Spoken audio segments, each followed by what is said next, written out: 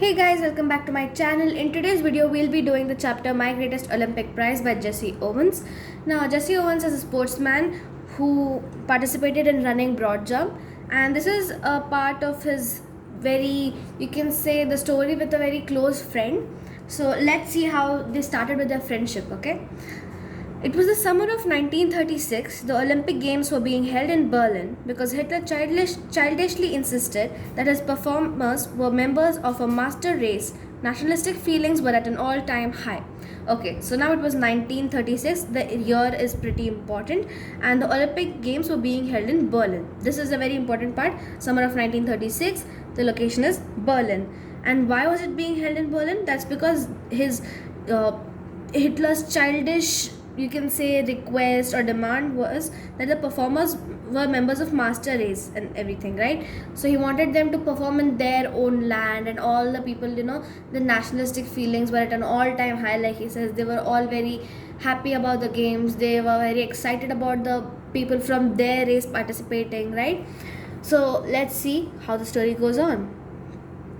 I wasn't too worried about this. I trained, sweated, and disciplined myself for 6 years with the games in mind. While I was going over on the boat, all I could think about was taking home one or two of those gold medals. I had my eye especially on the running broad jump. A year before, as a sophomore at Ohio State University, I'd set the world's record at 26 feet 8 and a quarter inches. Everyone kind of expected me to win the Olympic events hand down. Okay, so now the author or the narrator, Jesse Owens, he was not at all worried about the outcomes of this, because he was someone who's already achieved a greater, you can say, achievement before even participating in the Olympics. One of the reasons is even how much he is prepared for this, right? He has trained, sweated, and disciplined himself for 6 years, which means 4 years ago he still had a chance to participate in the previous Olympics, but he did not, because he was preparing for this one. He was training himself. He felt he was not prepared then, but he has practiced for 4 more years now with the games in mind. So he had already planned, okay, I'll be practicing for this long until I gain this achievement, and only then will I be participating in the Olympics. While I was going over on the boat, that means that while he was trying to reach the place, right, through boat, he was thinking. Now, of course, suppose you're having a match coming up, right? While going for the match, your thoughts will be revolving around the match, right? You'll be thinking, okay, what competitors will I have? What kind of competition will it be there? What will be the mood there? How will I perform over there? And you'll be trying to calm yourself down so you can perform well over there, right? So these are all the things that are going on in his mind, and he could only think about getting a gold medal or two, and he had high hopes of the running broad jump. A year ago, as a sophomore at Ohio State University, he had set the world record. So as a sophomore, okay, that's a year somewhere close to 9th, 10th, okay, at Ohio State University. Now this is important information: where and what and when. Okay, so a year ago is the answer to when. Where, as a sophomore at Ohio State University, and the world record is at 26 feet 8 and a quarter inches. Now you'll also have the Olympic record in the future, so yeah, don't forget what the world record exactly is. Okay, many people tend to confuse the two. Okay, so everyone kind of expected me to win the Olympic events hands down means easily, very easily. Like, you should be able to do this hands down, right? Meaning you should be able to do it easily. You don't have to give much thought. You don't have to work too hard. You've already done greater things. Okay. I was in for a surprise. When the time came for the broad jump trials, I was startled to see a tall boy hitting the pit at almost 26 feet on his practice leads. He turned out to be a German named Luz Long. I was told that Hitler had kept him under wraps, evidently hoping to win the jump with him. Okay, so now when he reaches there, he finds a surprising sight. Okay, he sees a tall German boy running, doing the broad jump, and at 26 feet. Okay, that means it's like very close to what he had done, and this is just trials. Imagine what he'll do putting in his full force and effort during the actual race or match, right? So he's leaping in his practice leaps at 26 feet. Okay, his name is Luz Long. He is a German. And I was told that Hitler kept him under the wraps. Under the wraps means hidden, okay, away from the others. It's like, you want to expose this person to the world as a surprise, evidently hoping to win the games with him. Now this boy had been a surprise, okay, he is a surprise competition for many people over there on the field.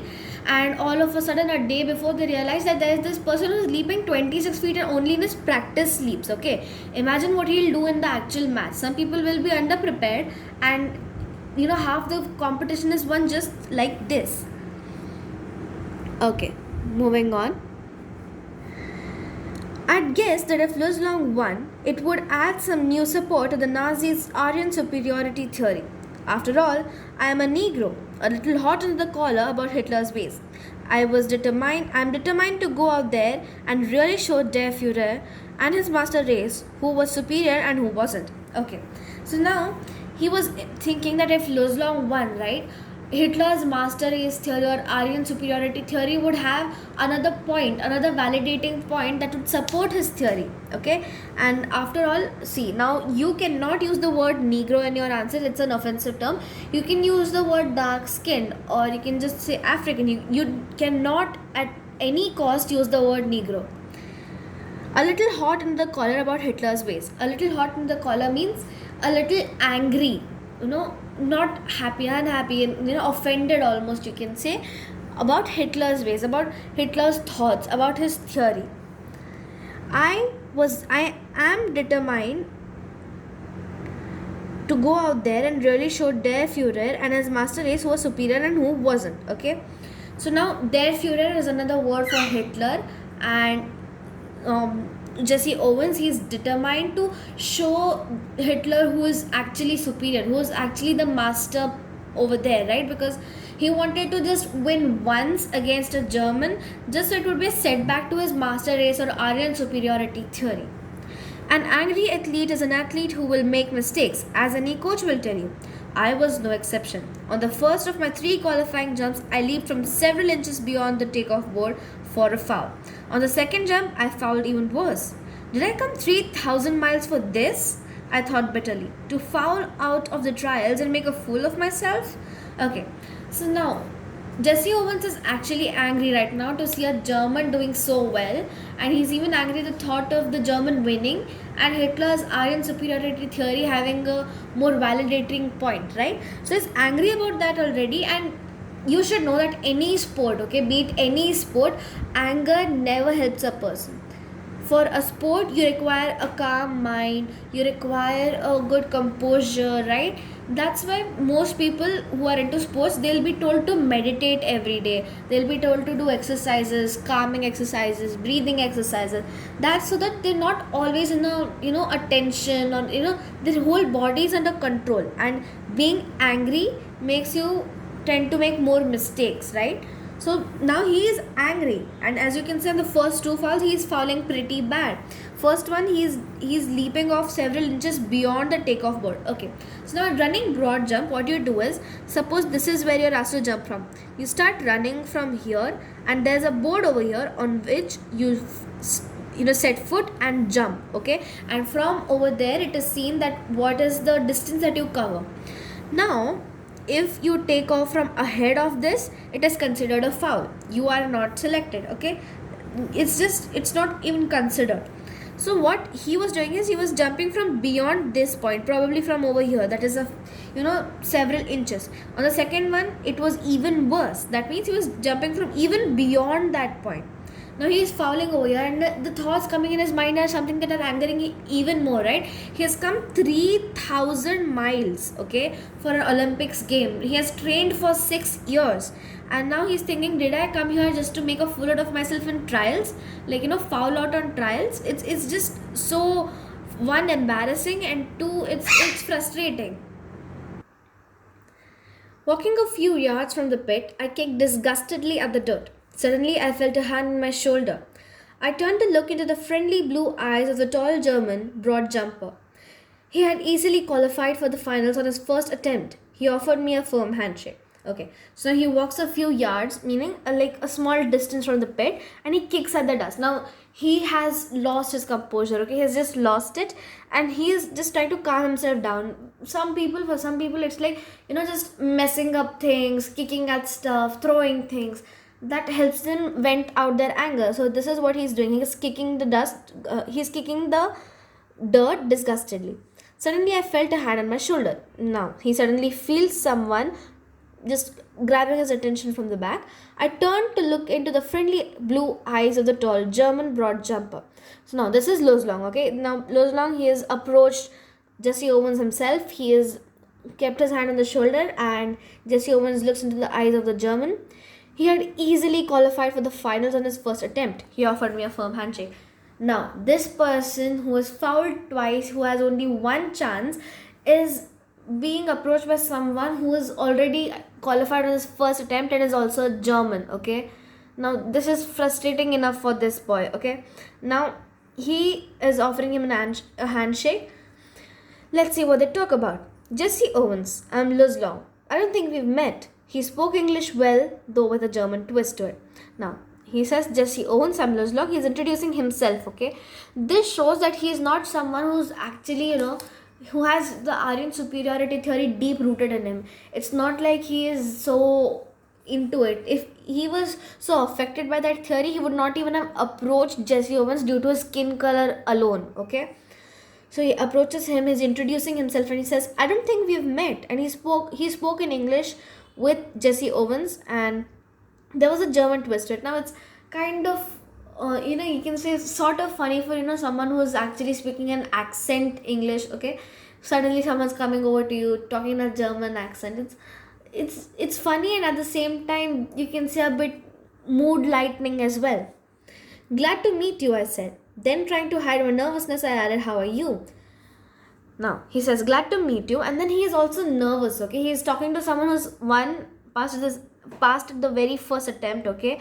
And number two, he is in Berlin, he is in Germany, and this guy is a German who has been taught the Aryan superiority theory since he was born, okay? So he's a bit nervous, and just to lighten the mood and show the other person that he's not nervous, he just asks another question, how are you? What do you mean? Sorry. He says, I'm fine. The question is, how are you? Now, the Luz Long, he's like, I'm fine, but the main question is, how are you? Okay, he's asking Jesse Owens about his mental status right there. He says, what do you mean? I asked. Okay, so he's trying to hide his nervousness and everything, right? So now if the other person asks you, how are you? You will be like, I'm trying to hide my nervousness already, okay? I cannot show this person that something's wrong with me. And he just wants to know, like, what do you mean? Why are you asking me this question? Something must be eating you, he said, proudly the way foreigners are when they've mastered a bit of American slang. You should be able to qualify with your eyes closed. Okay.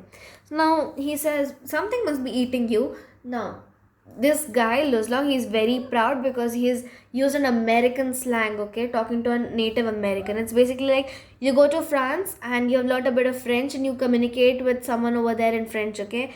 You'll be so proud of yourself because you've worked on it, you've practiced it, and now you're able to have a fluent conversation with someone, right? Similarly, Luzlong is proud and he's asking you, something must be eating you. Eating you means disturbing you from the inside, right? Wreaking havoc inside of you, you can say almost.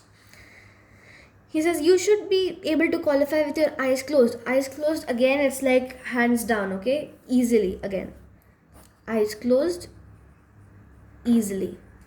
Okay, so now Jesse Owens, someone who should be able to pass this or qualify for this hands down, meaning easily, because he has set a world record already.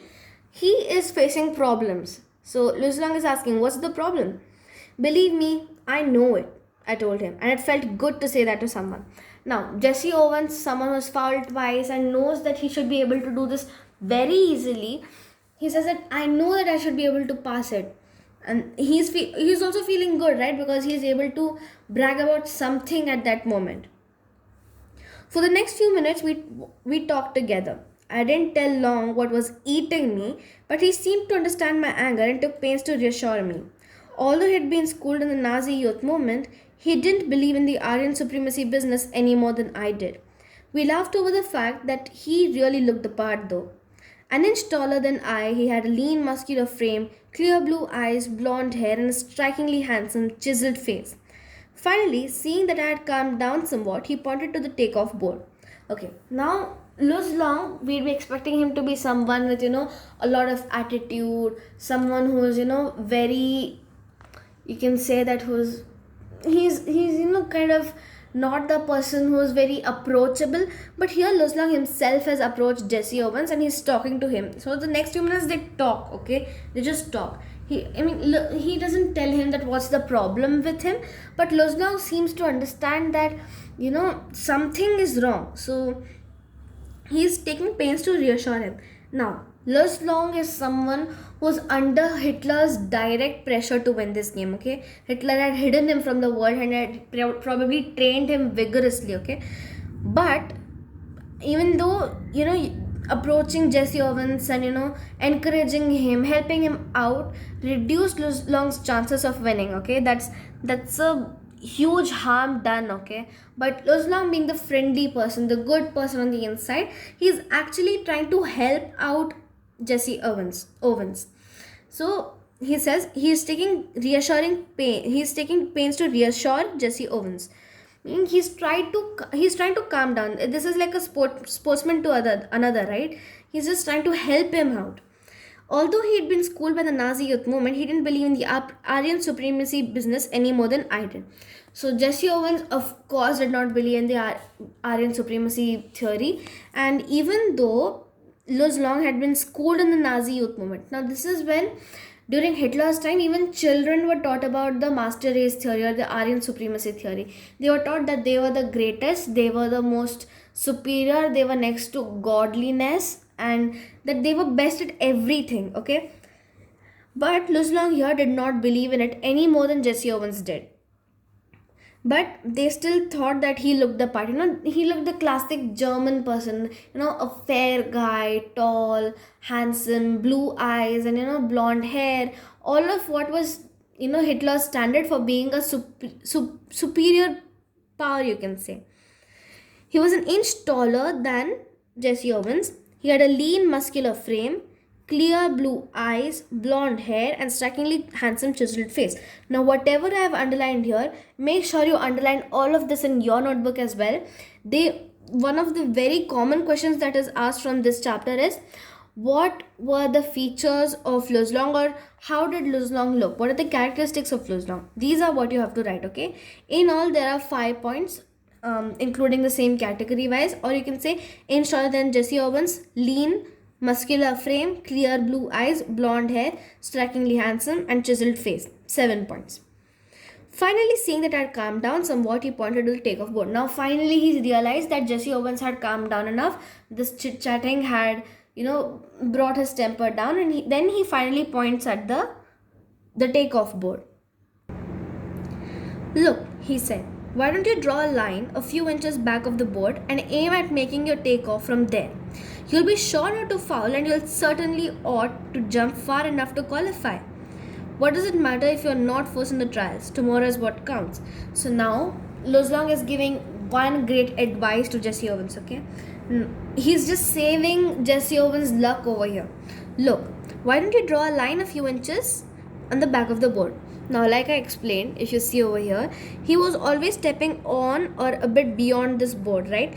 He suggests draw a line a few inches before the board and try to jump from over here, okay? So, if you're trying to jump from here and jumping from here, what you'll do is, trying to jump from here, you'll jump from somewhere around here, which will reduce the chances of making a foul.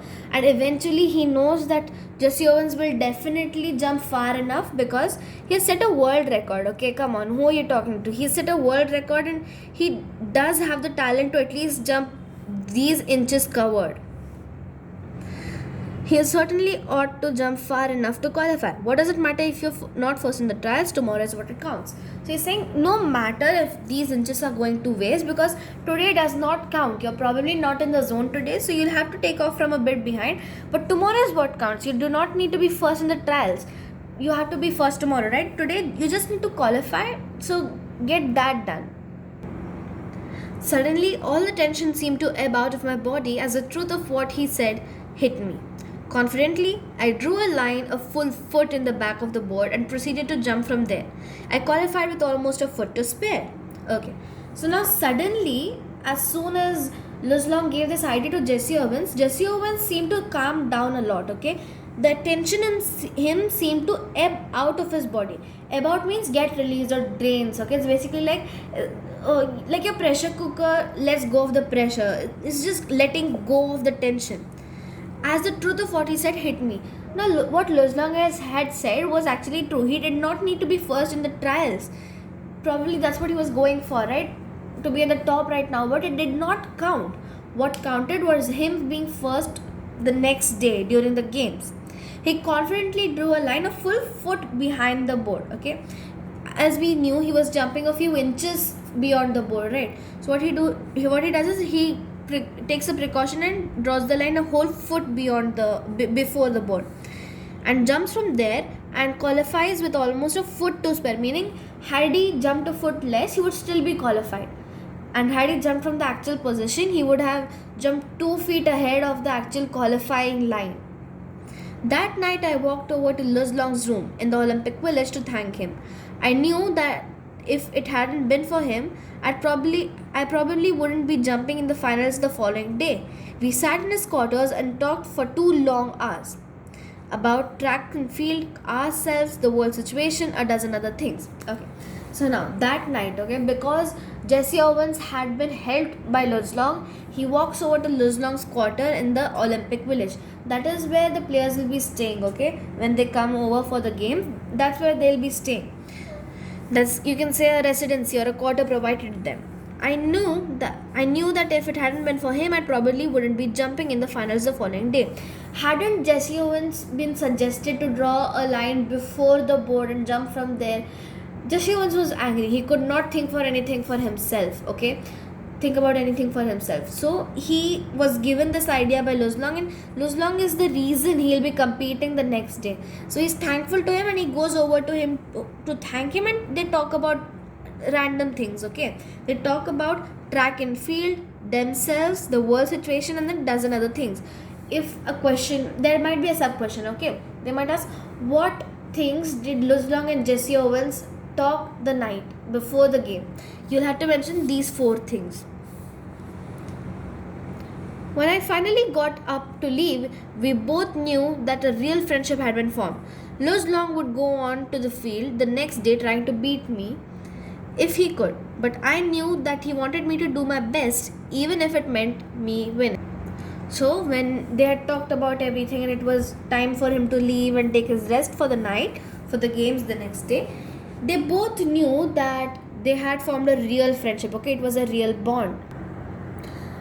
Jesse Owens' lookout of Luzlong has changed. Okay, he had first thought of him as a competition, a negative personality just because he was a German, right? And all of these negative feelings had been replaced by positive friendship feelings, feelings of love towards a friend, and you can say some true friendship had taken place between the person he had imagined him to be an enemy, right?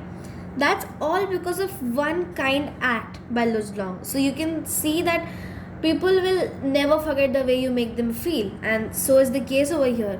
Jesse Owens was brought to the Olympics because of Luzlong, and Jesse Owens does consider him a good friend. Even though he's a great competition, he goes over to thank him and they talk about things like any good friends would.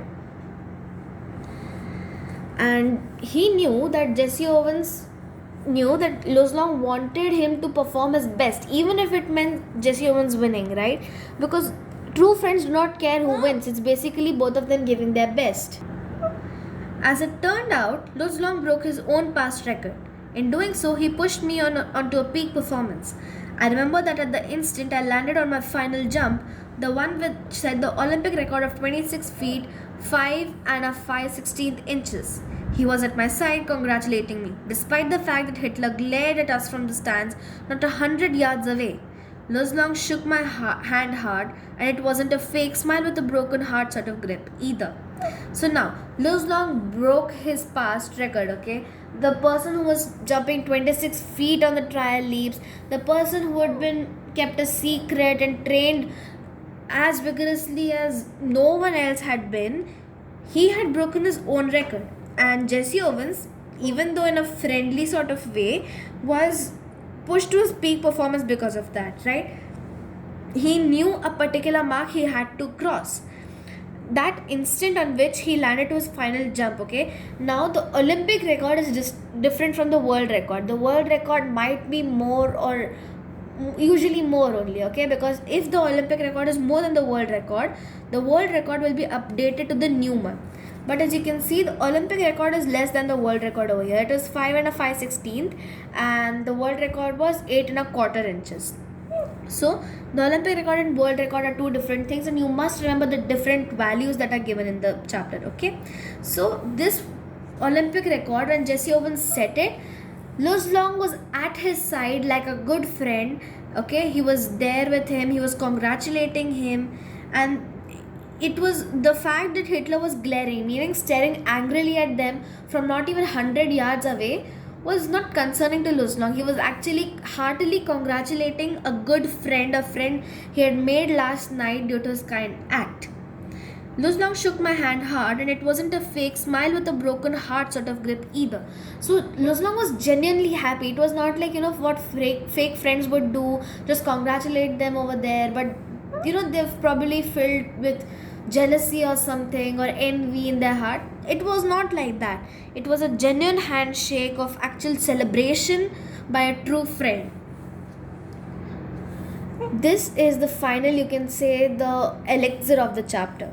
You can melt down all the gold medals and cups I have, and they couldn't be a plating on the 24-carat friendship I felt for Luz Long at that moment. I realized then too that Luz Long was the epitome of what Pierre de Coubertin, founder of the modern Olympic Games, must have had in mind when he said, "The important thing in Olympic Games is not winning but taking part. The essential thing in life is not conquering but fighting well." So now Jesse Owens is considering his friendship with Luz Long to be more than the 24-carat friendship. I mean, in 24-carat gold, okay? So it's 24-carat means pure, okay? 24-carat gold is pure gold, and he says that the medals and cups that he has received, if we melt it also, the gold would not be of equal value of the friendship that he had felt for Luz Long that day. Despite the fact that his life might be in danger, Hitler is looking at him, his expectations have been crashed, okay? His probably his whole family is under danger. He's still celebrating beside Jesse Owens then, okay? He's genuinely that happy. And Jesse Owens goes on to say that Luz Long was the epitome of what Pierre de Coubertin, the founder of the modern Olympic Games. Now, he founded the Olympic Games not as an actual competing game, okay? He had said that the important thing in Olympic Games is not winning but taking part. Even taking part in the Olympic Games is a big deal. You do not have to win. Even reaching to that level is a great deal, okay? The essential thing in life is not conquering but fighting well. He says that no matter you win or you lose, you have at least tried, okay? You have at least tried to fight. You didn't give up at a particular stage, and that's the most important thing. And similarly, he says that Luz Long has actually tried. He might not have conquered, but he fought well and he took part. So he's the epitome of this modern Olympic Games. Now this story is based on true friendship, sportsmanship, right, and empathy and sympathy, and you can say the moral values. The main themes of the whole story in general will be true friendship, and trying is greater than actually winning, and sportsmanship, okay? You must not be affected by who loses or who wins, and you should be sporty enough to actually take part in a particular game. And yeah, that's it for this video. Don't forget to like, share and subscribe, and please do not forget to mark down everything that I've marked in this chapter in your own book, so that you know what the keywords are and what you have to focus on, okay? And that's it for the video. Thanks for watching.